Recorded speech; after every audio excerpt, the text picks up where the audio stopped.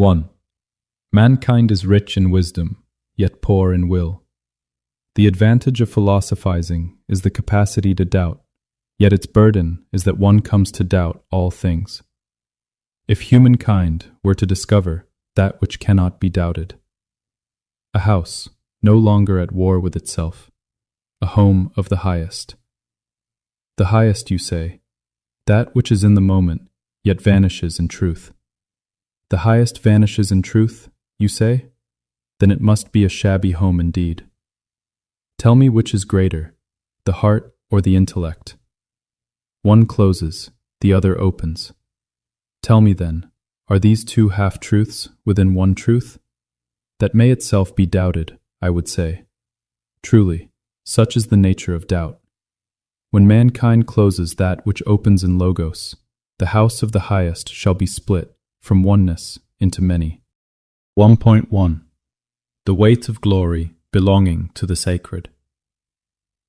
It has been doubted before, which is greater, the heart or the intellect? Whereupon I said, one closes, the other opens. This caused me to wonder concerning the righteousness of its highest being. Tell me, I linger upon a wondering. Thus it is spoken. One child brings forth good and useful deeds. Another child brings forth evil and fruitless deeds. Many shall say, one is to be praised, the other corrected. How shall humanity understand this parable? The parable shall be understood thus. In the house that is divided, where the one has become many, the child shall receive from both hands. The garden of life holds many shrubs and trees. All bear fruit. One fruit may satisfy the hunger of man, another shall leave him to perish of starvation. The nature of the ash apple. That which is useful in one season becomes useless in another. In a divided house, that which is good today becomes bad tomorrow. In a divided house, should the child of humanity eat of the tree of knowledge, their eyes shall be opened to know good and evil. This person shall behold the many truths of the earth, and become master over these truths. Mighty and great does this fruit make humanity, yet it begets doubt, and where doubt takes up its dwelling, death awaits. Should the child of humanity eat of the tree of life, their heart shall be opened and come to know the good. This person shall be a single truth upon the earth, for no child of humanity who partakes of the tree of knowledge can become master over its being. The one who does not doubt shall not give life to death, yet only the one who bears many truths shall taste of death. I understand, yet I wonder. Why is praise and correction given only in the house that is divided? How shall this parable be understood? If you love the one, you shall hate the other. It is said, the highest unites, the lowest divides. That which divides shall not allow you to love your neighbor through time. How shall this be understood? Explain this parable to me. Thus shall it be understood. When the child comes to them, bearing fruit from the garden of life, the child shall be met where the child is. If the fruit is received by the intellect, judgment shall be rendered. Punishment is given only by those who punish themselves. If the fruit is consecrated by the heart, no judgment shall be passed. The one who has not given themselves a name cannot be accused by those who bears names. Beyond capture is the nameless one. Yet captured shall be the one who takes up a name. I wonder and doubt this truth. It is said, I am that I am. I am he who is. I shall be what I shall be. The divided house has many commandments. The highest house has but one. 2. Beauty is nature's gift, allowing humanity to become manifold. Yet the gift may become a curse. As the child surrenders itself to the mother, so too must the mother surrender herself to the Great Mother. A woman who clings to the image of her younger beauty cannot meet and fulfill the image of the Great Mother. Yet as the woman ages and bears children, the child shall be received by a woman's longing toward the past. The Great Mother is here and now. If the woman has chosen to surrender herself to the Great Mother, the child shall be received by her full presence. The one who is not present within herself cannot be present for others. 3. In my Father's house it is said, many have come and come still, yet few stay. The door is wide, open to all who knock. It is closed to none, neither great nor small, yet not all shall find it. Thus shall humanity prepare itself accordingly. If you close the door upon your neighbor, you shall wait beside the one you have humbled, until you open what you have shut. Those who come bear many names. These are messengers, serving their kingdom. They are like the wind. All lay their commandments before you. Which commandments divide, and which unite, must be judged from the highest. That which serves in one season, curses in another. That which satisfies the intellect shall deny the heart. Therefore shall you not judge even the least commandment in your Father's house. If you judge the one above the other, you shall sit among the messengers, and not beside your Father. Concerning the good and the bad, you shall not render judgment over them, if you sit beside your Father. 4. Humanity wishes to know what love is and its nature. Its nature is to satisfy that which the intellect cannot. Satisfy, you say? When the intellect is exhausted, love may come. Why so? Because the strong shall rarely deny themselves. Deny themselves? Humans cannot fill another's cup when it is consumed by its own thirst. 5 writings of eternity. They must be timeless, free from bonds to the present age, the past, and the future. Those which bind themselves to no persons, dates, and events. Archetypal language. Whether the scripture is opened 10, 100, or 1,000 years hence, its quality shall be of the same quality, regardless of the century. 6. Tell me, who is the Father of all men? The universe of gods that manifests itself through the collective unconscious comes in many forms throughout the history of humanity. Which form belongs to the Father of the Father can only be experienced through its source and power, and not through its form. The gods in the collective body wear many faces, yet when the collective body loses its grip upon the individual's mental body, these archetypes shall come to one. How so, it may be asked? By ignoring their essence in your house of consciousness. Thus, they lose their power. Not through rejection, but through watchful disregard. Naturally, they shall try their many tricks upon you before this comes to pass. What tricks do they employ? Every trick in the book you can conceive of, plus all those you know nothing of. How can I ever be certain which of the gods is the highest? Difficult to explain this process. Yet, when you can love your neighbor as yourself through time, you may rest assured. Why so? The highest unites, and the lowest divides. That which divides shall not allow you to love your neighbor through time. 7. What is the highest language one can learn to master in this world, I would ask? Silence, I would say. Why so? Noise fragments the mind, shatters one's attention, renders the visible invisible. Silence reveals it. And the deeper the silence, the more clearly your essence becomes manifest. Essence, you say.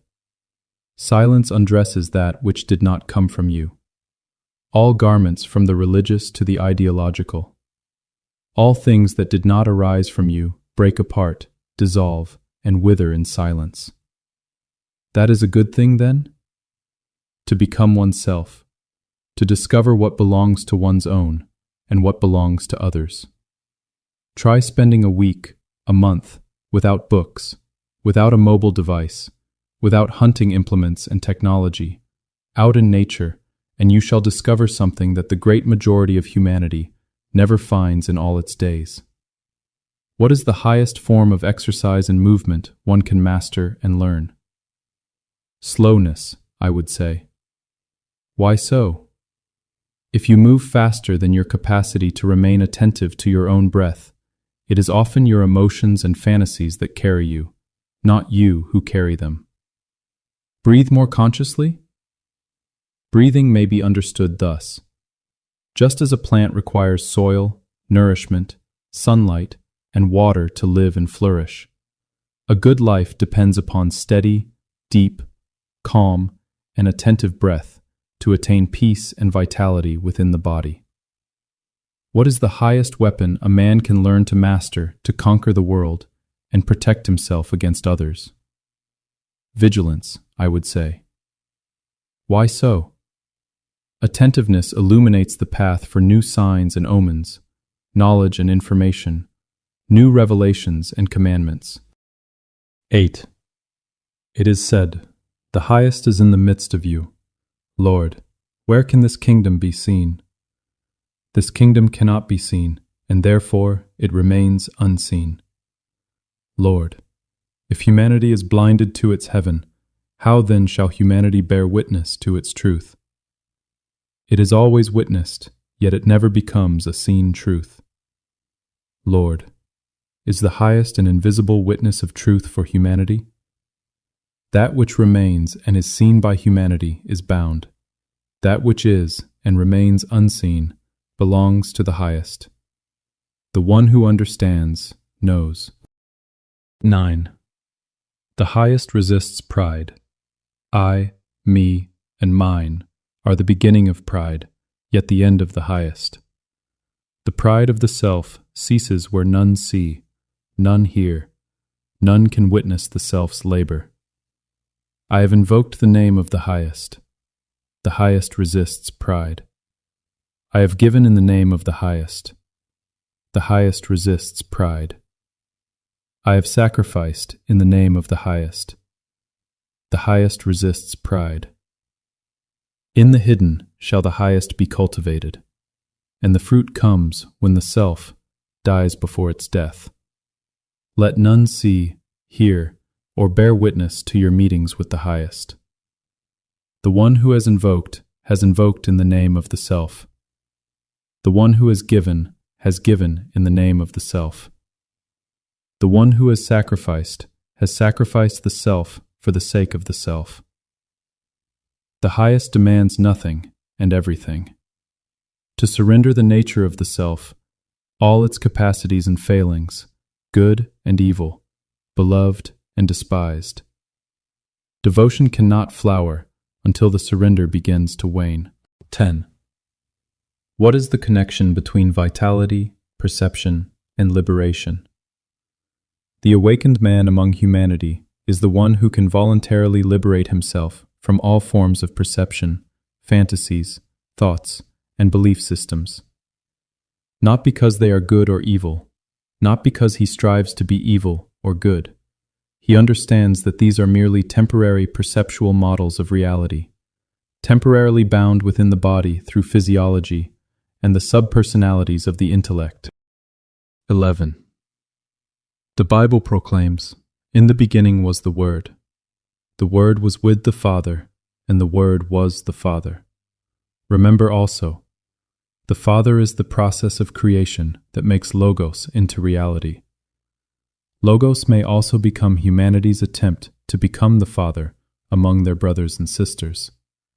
Worse still, even the Father himself. The person among us who possesses right understanding knows to be wary of speech and is circumspect with the word. Those among us who seek, who strive toward the highest, have ceased to speak. None among humanity can imitate the highest through Logos. The one among us who can hold the power of the creative process without being possessed by its mighty forms, who does not yield to the temptation of capturing it within Logos. This person is one with the highest nature in the formless. Yet simultaneously, this person shall be despised and condemned to be the lowest fruit among all the generations of humanity. Thus shall the last become the first, and the first the last. For many are called, but few are chosen. 12. It is written, Thou shalt not make unto thee any graven image, or any likeness of anything that is in heaven above, or that is in the earth beneath, or that is in the water under the earth. Thou shalt not bow down thyself to them, nor serve them. Does this mean that every time the religious one invokes an image of the highest, the person stumbles?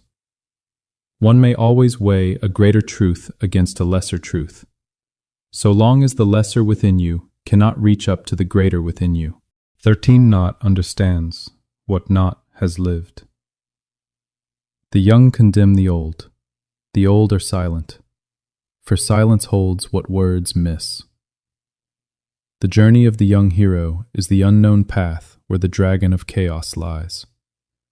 On the day the hero is rich in its treasures, and many battles against its being have made its many faces beheld. The sun in the west has turned to the east. Many seasons have passed, the hero who now bears an aged body. Now the dragon is no longer out there as it once was. Instead, it has entered your house. In your home, it takes your form. Your sword's sharpness can no longer penetrate its being. Your words fall to the ground as your sword once fell. Perhaps all heroes must become dragons in the end, and now be fought by young heroes as the hero once did. Such are we all, perhaps. Always the end of our own beginning. 14. Fatherliness and Divinity.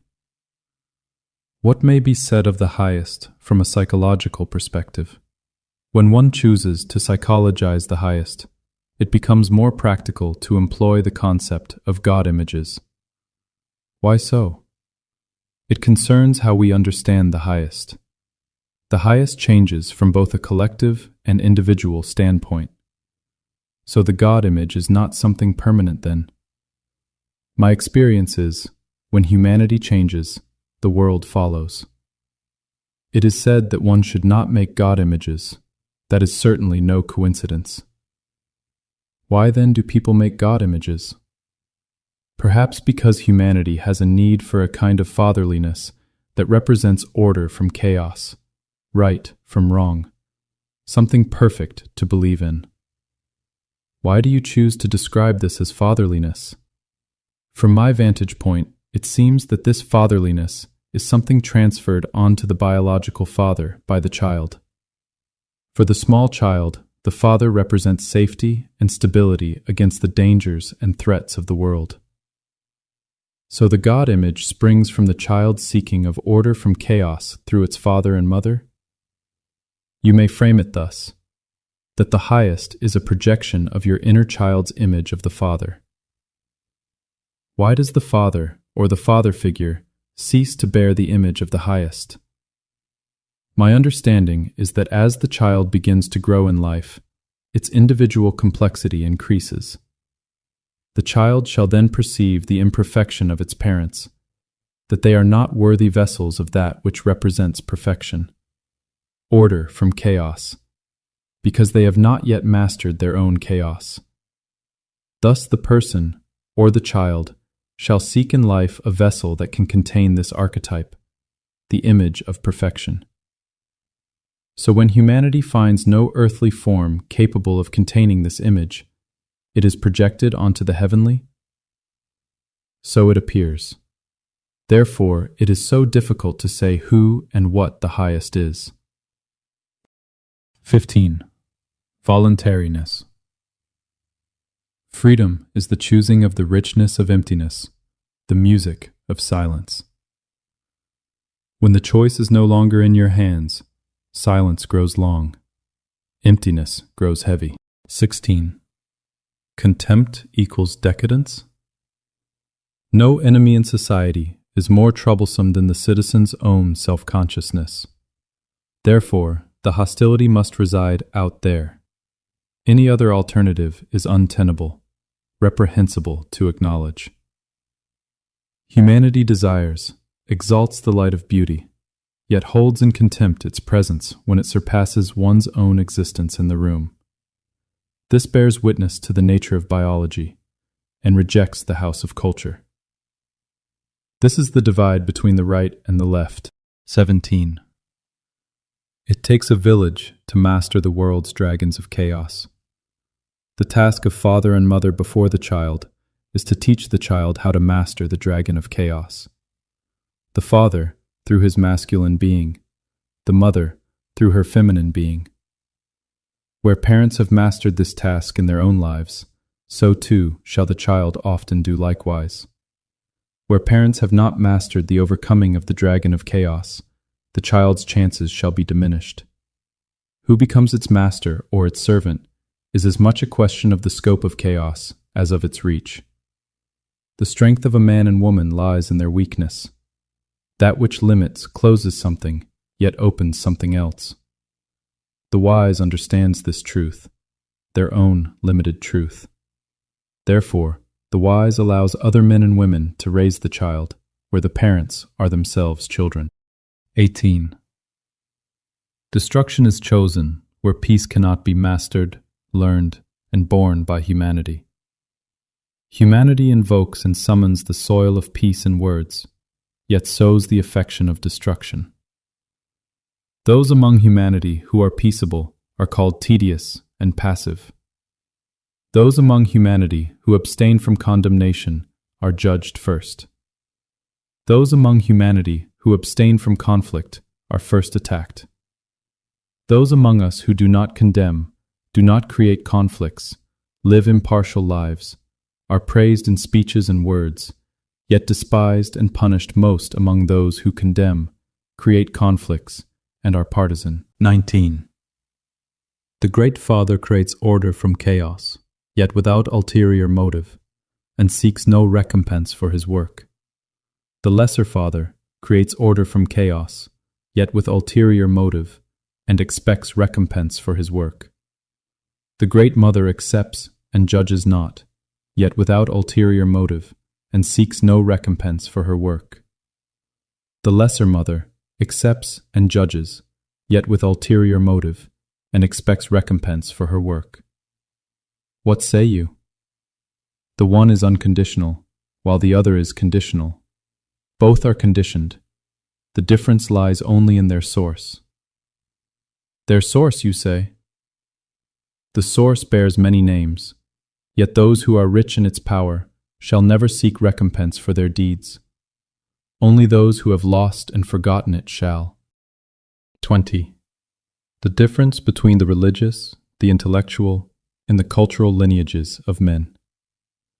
The religious person receives their interpretation of vitality through their God image, yet is exposed to the divinity of the sun. The sun's warmth fills the atmosphere of the religious person with faith and the hope of daylight. Yet the rays do not penetrate the body of the religious one, which is protected by tradition and the walls of the Holy Scriptures. The walls cast shadows over God's sun, so that the religious person feels their Creator's warmth and light, yet never its direct touch. The intellectual person holds the bird's panoramic view over the lands of culture and history, even unto the ancient great mountain ranges of thinkers. The bird's freedom to master the air's vitality through language's air currents in the celestial realm of abstraction. This is its strength, yet also its weakness. The height grants overview of Earth's complexity and its many forms. Yet the higher the intellect fills its wings with power, the greater the distance becomes from itself and its origins in the earth. For the one who flies too long in the heaven of abstraction forgets at last their earthly body. The cultural person is like the millions of ants upon and beneath the earth, occupied with their own tasks assigned by ideology's queen.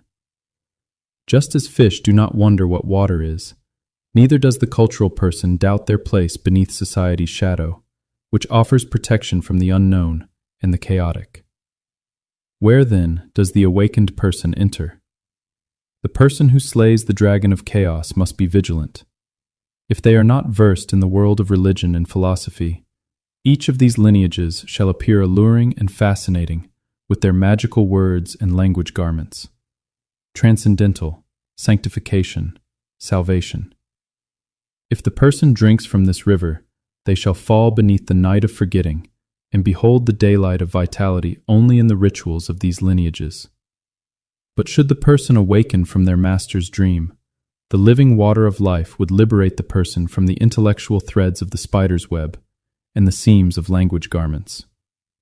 The intellectual would lose their fascination with their own reflection and recognition of themselves in the water. To see that water is only water, just as the wise sees that a thought is only a thought, regardless of its reflection among other thoughts. 21. The parable of the one who grasps, being also grasped. A man may conquer the world and overcome other men and women. Yet at what cost? Who is it, truly, who is conquered? The man who dramatizes the heroic deeds of contemporary culture must be seen as one who is extolled by the jubilation and applause of the masses, worthy to bear its uniform. What heroic deed does this person enact precisely? Who is his master? Virtue, it may be said. The man who conquers the world is also conquered by the world. The prey that is bound flays virtue from the hand that grasps at victory. Likewise, humanity is grasped back by blindness. The man who is in possession of the hunt becomes also the hunted of the history of the one who hunts. Let this truth be doubted. How can it be that the one who wins, who conquers, is also conquered by the world? Are you not saying that every time you win, succeed, or master something, you also lose, and thereby become mastered by that which you but lately succeeded in conquering? 22. 3 modes of existence through which a man may step forth into the world. Let us say that the man who conquers the world is captivated by a fantasy within his intellect, an open narrative of the future. What grasps you, what inspires you, depends upon many things: your contemporary culture, status, knowledge, and self-understanding. Humanity is grasped. This grasping by inspiration is a dreamlike fantasy, a film in the man's inner world. This drama is projected out upon the world's stage, and the man seeks to imitate this fantasy. If the individual succeeds in imitating this drama upon life's stage, the individual is rewarded by the body's reward system. Thus, the man's vitality is integrated through the conquering of the world, so long as he is capable of transforming the will of fantasy into reality. One may wonder what is meant by integrating the man's vitality, and what is meant by the expression, the will of fantasy. Biologically, one may say that the man is rewarded with the recompense of Mother Earth in the form of dopamine, serotonin, oxytocin, endorphin, and testosterone. This vitality is renewed when one is renewed or transformed. All positive words and expressions humanity has for feeling well may be seen as linguistic, metaphorical representations of various biochemical mixtures of hormones. Does that mean we are truly slaves of the body, always worshiping the body's hormones as gods because they grant us vitality and the will to live? Slaves, perhaps. Servants of the body, possibly. Symbiosis with the body. I doubt this. Why do you doubt this truth? The doubt rests in my own ignorance regarding the body's complexity in symbiosis with my intellect, my own motivations and interpretations of my motives, not least their origin. What motivations and motives are you speaking of? Where to begin? When you said, worshipping the body's hormones as gods, it caused me to think of a saying, we are the playthings of the gods. Let us play a little with this saying in the context of the man who desires to conquer.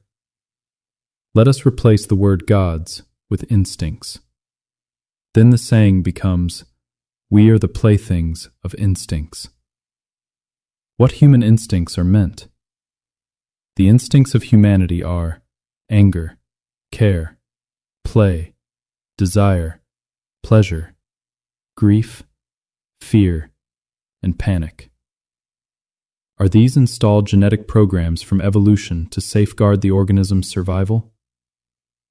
They are not evil or kind, good or bad. They are biological systems, living units bound together in the organism's network, the ecology of the body.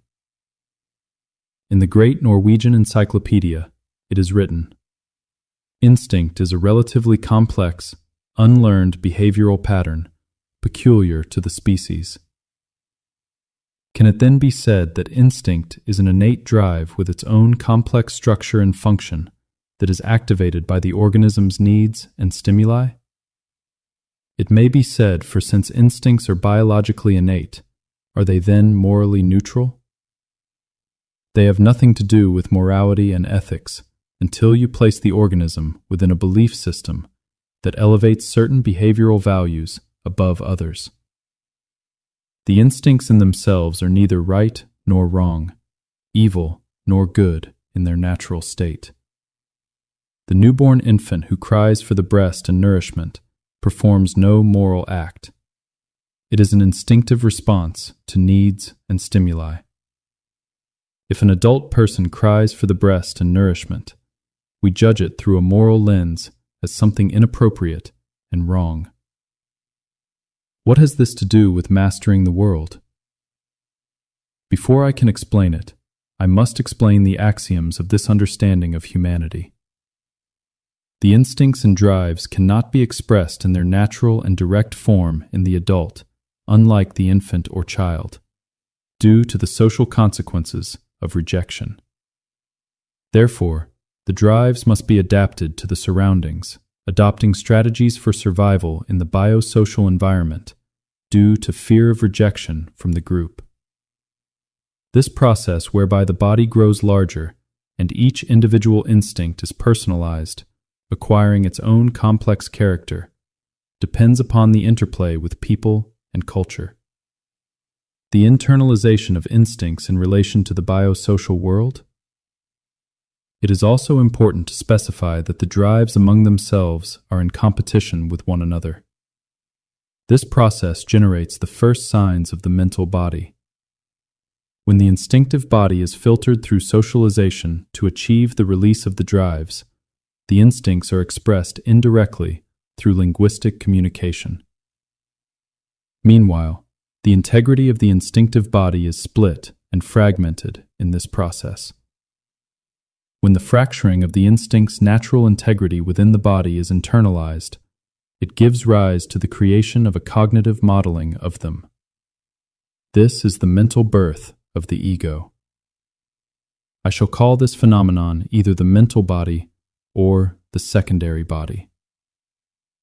Summary: the biological body and its instincts are internalized, then reconstructed into an abstract cognitive model. Either the mental body or the secondary body. Summary: the biological body and its instincts are internalized, then reconstructed into an abstract cognitive model based on the instinct's development in childhood. As humanity ages, the transition from infant to child, the social world makes more advanced demands for the release of the instincts. This thereby forces forward more advanced structures in the development of instinct and becomes more evident in the individual regarding language. An infant lacks verbal communication, yet can express bodily agitation as a sign of hunger. A child can use more words and can formulate sentences. An adolescent can employ more advanced verbal speech. A young adult can communicate simply, yet is more attentive to norms and culture. Adults are perhaps like young adults, yet more focused on diet and nutrition. The important thing here is how each individual instinct develops from a simple form into very complex structures over time, depending on cultures and genes. When several instincts develop in interplay, there arises a coherent dialogue, which humanity calls I, ego. This is in truth a stream of complexes communicating with one another, both in cooperation and competition. Can it be said that what we call spirit or soul is truly only a collection of the body's instincts, and that the totality of these instincts constitutes the individual's personality? Perhaps. The concept of instinct is very alienating to the modern person who has lost their bios through logos. Possibly. Lost their bios through logos? The anxiety before the natural body, without culture's garments belief systems. Without these, humanity is forced back toward the natural world and its laws. The naked body is faithless, and therefore estranged to the modern person. Our garments have always held anxiety at bay and given us shelter from the weather and winds of natural law. Can it be said that ideologies and religions protect us against a kind of anxiety? Existential anxiety? Every day we wake up, go to our work, read the news on the telephone, eat our food, and so forth. The modern person no longer needs to think. You receive your identity from your work. The news informs you what to say and think. So long as you are an obedient boy and girl, following all the rules, society leaves you in peace. That sounds negative. If you move out into the wilderness, cut the line to society and your culture, then anxiety comes to your door and demands that you begin to think for yourself. When you have no ready-made identity to hide behind, the reward for cultivating the intellect's field and sowing the seeds of religion, ideologies, and technology is liberation from the natural world and its mercilessness. Yet the modern person must pay the price for these fruits and harvest the paradox of opposition, bearing its debt forever. I doubt this truth. Anxiety before the body of the natural world leads the modern person to conceal their instincts through logos. We cover our bio's originality, cloaked in all the abstract forms fantasy can contain. Because the natural body must be tamed, cultivated in form. What happens if we have no order, no rules? Will not society fall into chaos? Anarchy? A natural conclusion to draw, I would say. The angle of understanding I seek to name is more how humanity, from being naturally integrated within its physiological form, naked, yet never doubting, never at war with itself, becomes as the modern person, estranged from its origin, cloaked in cultural garments that grant doubt a logos bios. All these layers of belief systems render humanity unconscious, fragmented from its instincts, and cause it to suspect and pathologize the natural: sex, food, sleep, play. That sort of thing? The most natural drives we are born with have been made unnatural through our culture. I doubt and ask. We cannot tear down our civilization, return to the Stone Age to live out our natural instincts without shame and guilt. If you build a house at war with its origin, it shall fall. A nation that rejects its biological origin and builds a civilization not adapted to our evolution from Mother Earth, that house shall fall over time. The question is only how long you shall temporarily postpone this conflict between bios and logos. And how does one build a civilization upon biological principles from evolution that shall endure to eternity? The only way to answer such a question is to divide it into smaller parts. The first question we must answer: what is our true nature and how does it function? How is our thinking organized? Why do we think as we think? Let us construct a model of humanity that we can use as a theoretical foundation. Let us build further upon the understanding that we are the sum of our instinctive complexes. Humanity's conscience is where all things meet. The complexes which, from now on, we may refer to as subpersonalities, compete for the organism's survival in a biological sense. So, when I think in my conscience, I am negotiating with these sub-personalities about what is the best survival strategy? What about my integrity? What about my critical thinking? My personality? Am I not a unique human being? Yes and no. Imagine for a moment that all morality and ethics are the rationalization of the institutions of the instincts, the sub-personalities. And your self-image, your ego, is a linguistic compromise of these through the social world.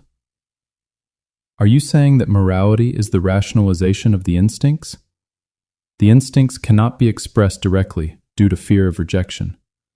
Thus, they were compelled to ascend in complexity through socialization via culture in order to achieve release.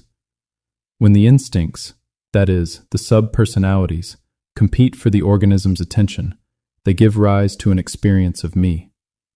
And each instinct is represented by a sub-personality. So the self-image of humanity is constituted by the body's instincts, yet interpreted through a cultural filter, the magic of language and abstraction. What does this mean in practice? Give some concrete examples. It means in practice that you are not master in your own house, so to speak. If each sub-personality represents its own instinct and desires release of its bios, you shall react differently in various situations regarding sleep, food, sex, and play. Give some concrete examples. Regardless of how high a moral integrity you may believe yourself to possess, the sub-personality representing hunger will compel you to think only of obtaining nourishment. Likewise with sleep. Regardless of your own illusions about self-control and personal integrity, after a few days, perhaps you hold out a few weeks, but at some point you shall break and surrender to the instincts. And to lie, steal, and kill, you shall rationalize as a good thing for survival. Are our ideals and morality only the instinct's way of expressing themselves indirectly? The function of instinct is the same as since time's dawning. What culture you clothe it in is only a secondary structure of the primary, the instinct itself. The garment of morality and ethics that colors the instinct structures is the same as in the primary structure. So long as the instinct achieves its function and no great conflicts arise with the other complexes. I doubt this truth. Does not this mean precisely that we regulate the instincts through the power of morality, higher thinking, for example? So it appears on the surface. The problem is that the I, the mental body, is not a unified, integrated, and harmonized whole.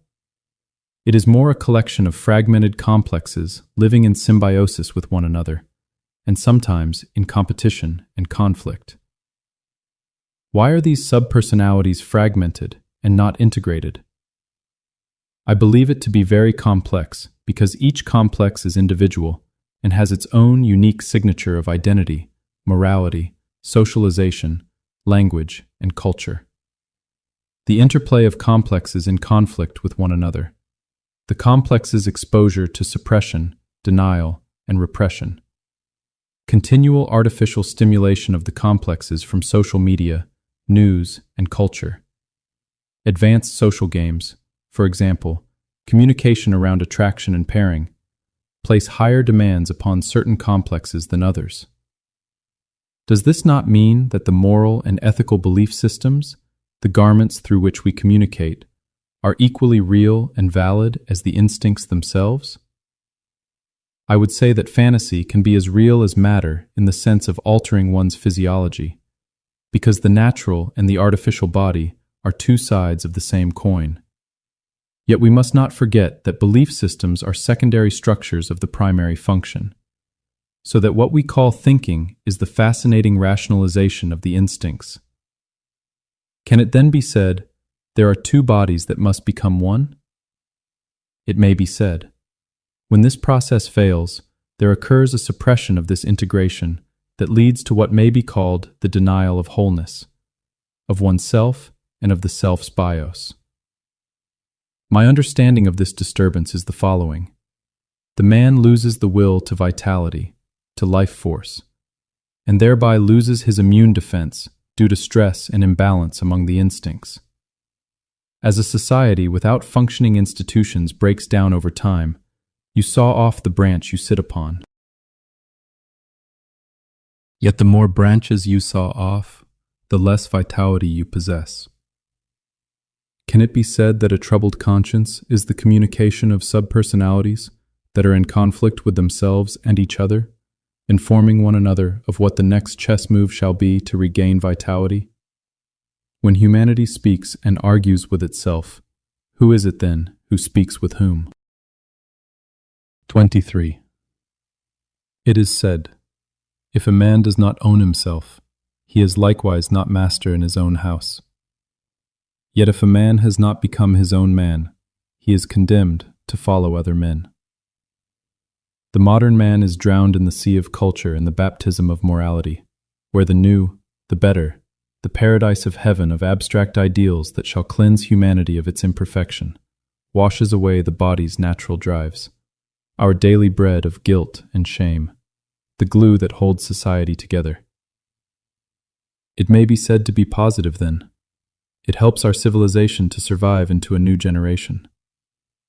Many generations and men have come and gone upon the earth. No civilization has escaped the undertow of chaos. The greatest threat to humanity is humanity itself. No civilization shall survive the dragon of chaos before men have conquered it within themselves. 24. What may be said of mighty men, such as Caesar, Napoleon, Alexander the Great, and men of this lineage? Is it right to say that the man who conquers himself surpasses the man who conquers the world? In terms of peace, wisdom, and self-understanding? Yet this person has no power, and is therefore always beneath, and at the mercy of the man with power.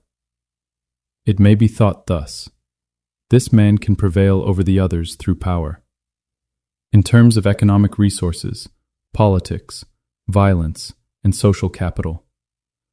The problem for the man who conquers the world is how he shall stabilize a foundation capable of containing all his victories and gains. All the possessions, all the women, and all the friends dwelling under his house have taken residence with him for this power to conquer. Yet on the day he begins to lose, to forfeit his wealth and status to other men, this house shall fall, no matter how great and mighty it is. 25. What happens when the religious and the intellectual elite stagnates, becomes too static in society, and loses the capacity for intellectual and religious renewal and entrepreneurship? The lineage of conquerors depends upon the lineage that understands how to overcome the dragon of chaos. The highest lineage of men must protect their intellect against their intellect. Protection in the form of conquering oneself. 26. The one who desires to master their intellect, to learn to steward and transform the biopsychic forces that their inner world contains, must first practice voluntary mental fasting. This person must cease the stream of consciousness from the collective body, the consciousness that stimulates primordial images, which in turn are represented by subpersonalities that have instinct as their source of vitality. Gradually to still the mind, so that it opens up the possibility for active imagination. This is the beginning of learning to harvest the biopsychic energy that lies naturally within the body.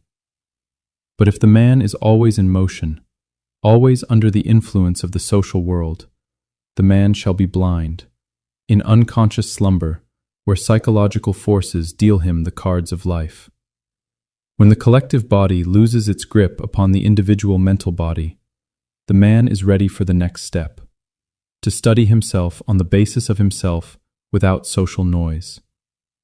Then shall the man come to a point where humanity liberates itself from dependence upon biopsychological factors that sow shame, guilt, self-deception, contempt, and doubt.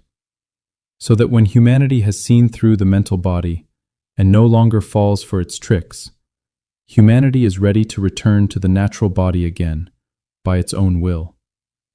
So long as humanity is bound to its intellect through shame, guilt, self-contempt, and doubt, and has not mastered these agents of the mind, humanity is a slave to their being. Humanity is eternally bound to their power until the day it finds the key to liberate itself from them. 27.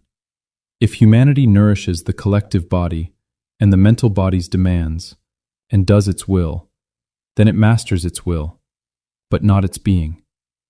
And you may be a good slave to its being, but always a slave. 28. Forgiveness, meditation, yoga, and prayer. All these methods are constructed to awaken one to an understanding of the nature of all things. Yet each of these methods is a trap for falling asleep again. All methods are a trap. Ram Dass. Tell me, how can forgiveness be both an awakener to an understanding of the nature of all things and simultaneously a trap? Let us examine the method of forgiveness and seek to understand its nature. It is said, "Forgive all things, understand all things." Is this true? To understand the nature of forgiveness, we must first acknowledge its counterpart, guilt and shame. Consider a person who seeks affirmation through beauty ideals. At some point, the individual must acknowledge their own imperfection in relation to these. Owing to life's natural life cycle, old age, and the natural deterioration of the body, innate bodily defects, and absence of will, this brings guilt into the picture. You projected a particular goal, yet failed to deliver due to your imperfection, which gives rise to the psychological model we call guilt. You had a goal, you missed the mark. Why does guilt arise as a product?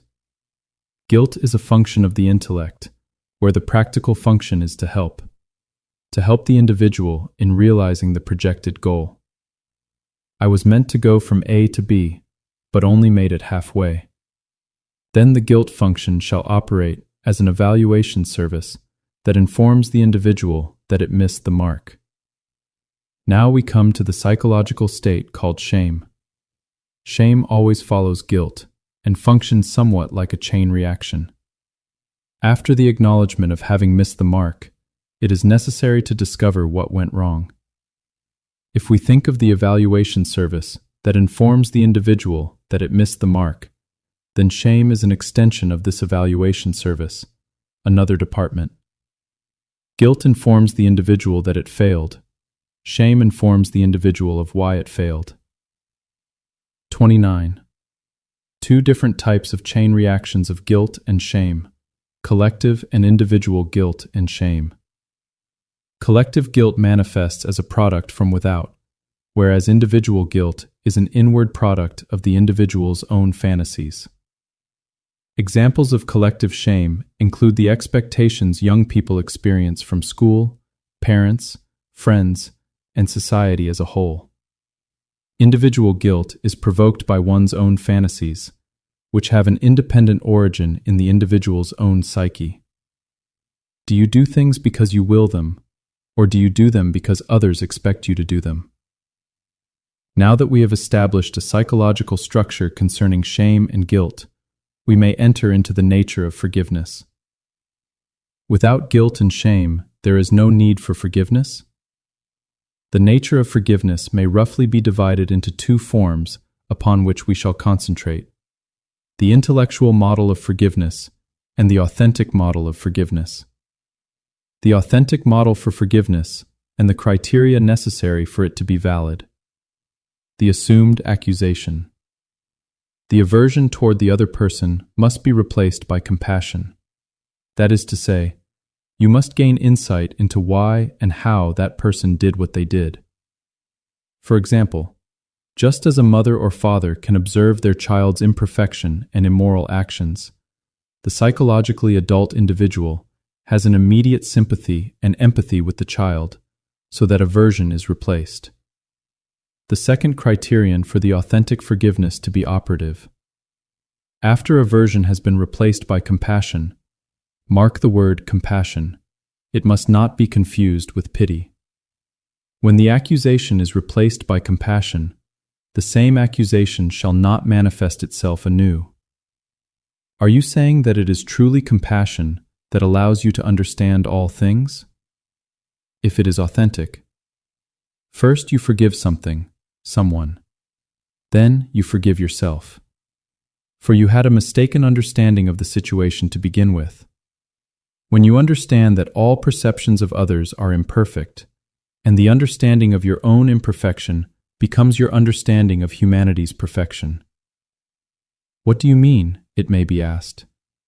There is no one to forgive through the acknowledgement of the intellect's limitations. 30. The person who fails to master the art of conquest is conquered by the world, a persona of their culture and age, not an individual. One who is led by it, never a leader of it. 31. The man who conquers himself is also exposed to the mind's universe of fantasies archetypes. Yet this person can hold the fantasy in their intellect's hand without casting it onto the world as a projection, and can observe the drama of the mind without reacting in passion. Thus may humanity recycle vitality, that is, integrate the psychic energy without manifesting its will. 32. Take fear as an example to demonstrate the three lineages of men. In war, the man who conquers shall use the fight, flight, or freeze response in the body to generate an extra gear of psychic energy, what we call adrenaline, to overcome the situation.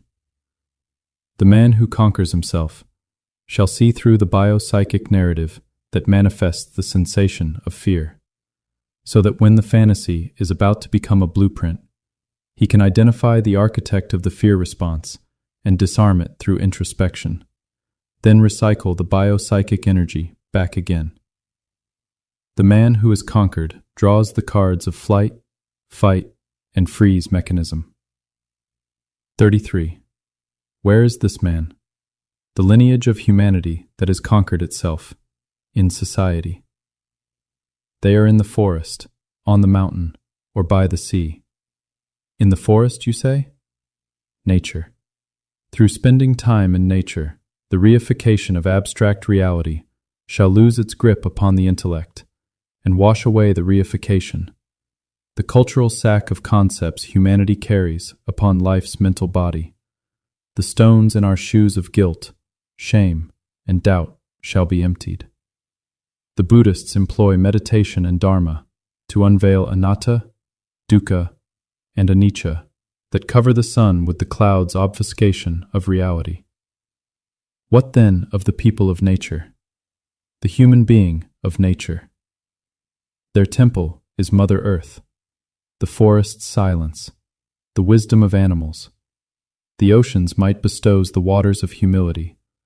The mountain grants the body strength and endurance until the next sunrise. The light teaches the difference between life and death. 34.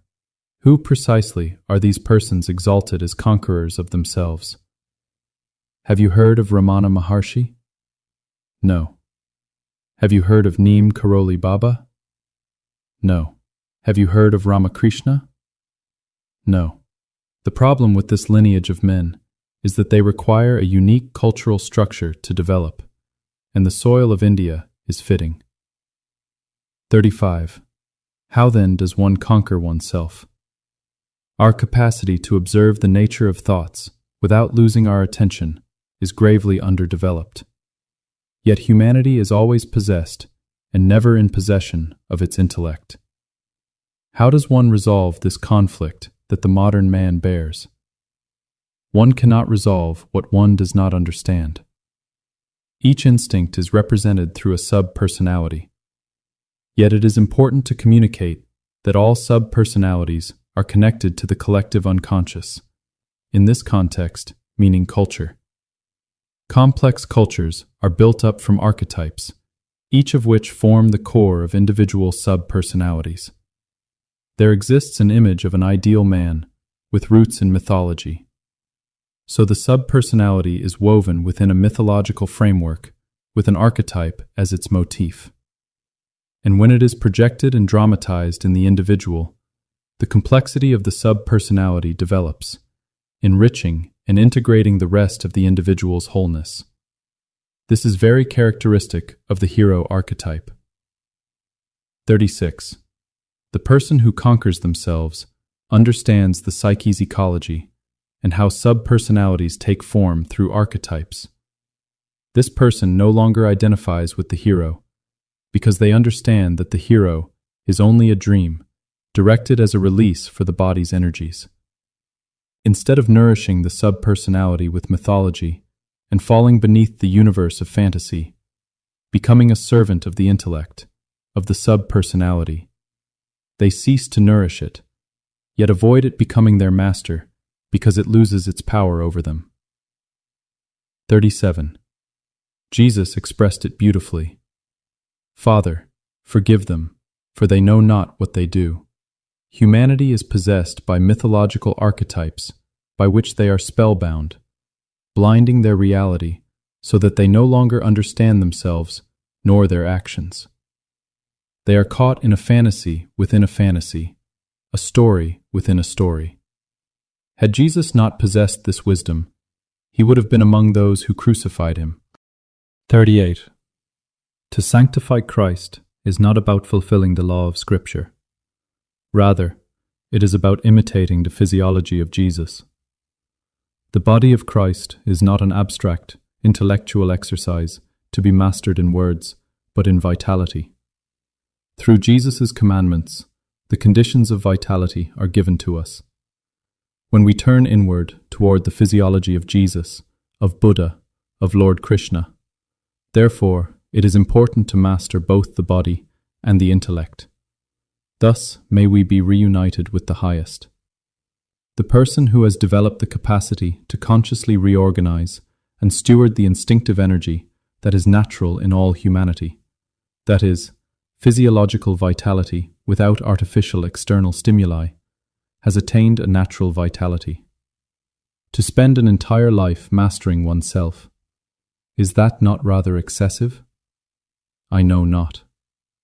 I think that people who can be completely alone in a room or out in nature without artificial stimulation, from technology, books, or other people, and simultaneously be deeply at peace with one's naked existence beneath anxiety's sky, have mastered something that most people are too unintelligent to handle. Handle what? To handle meeting oneself, their whole being.